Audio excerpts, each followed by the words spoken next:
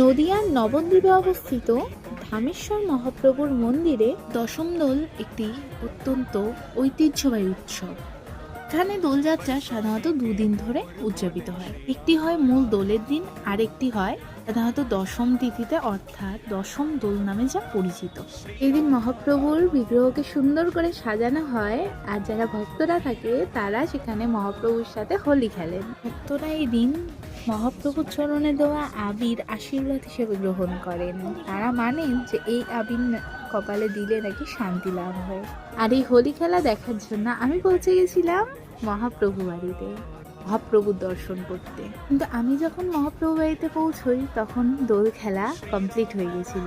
আর ওখানে রাত্রেবেলা মহাপ্রসাদের আয়োজন করা হয়, আর এদিকে অনেক ভক্তরা বসে পড়েছিল মহাপ্রসাদ নেওয়ার জন্য। আর দেখো, এই রাত্রেবেলাও এত পরিমাণে ভক্ত সেখানে উপস্থিত ছিল। আর দেখো কি সুন্দর করে সাজানো হয়েছিল মহাপ্রভু বাড়িকে। যারা যারা নবদ্বীপে এসেছো, একবার হলো দশম দোলের দিন ঘুরে যাও এখান থেকে। তারপর সেই মহাপ্রসাদ নেওয়ার জন্য আমরাও এখানে বসে পড়েছিলাম।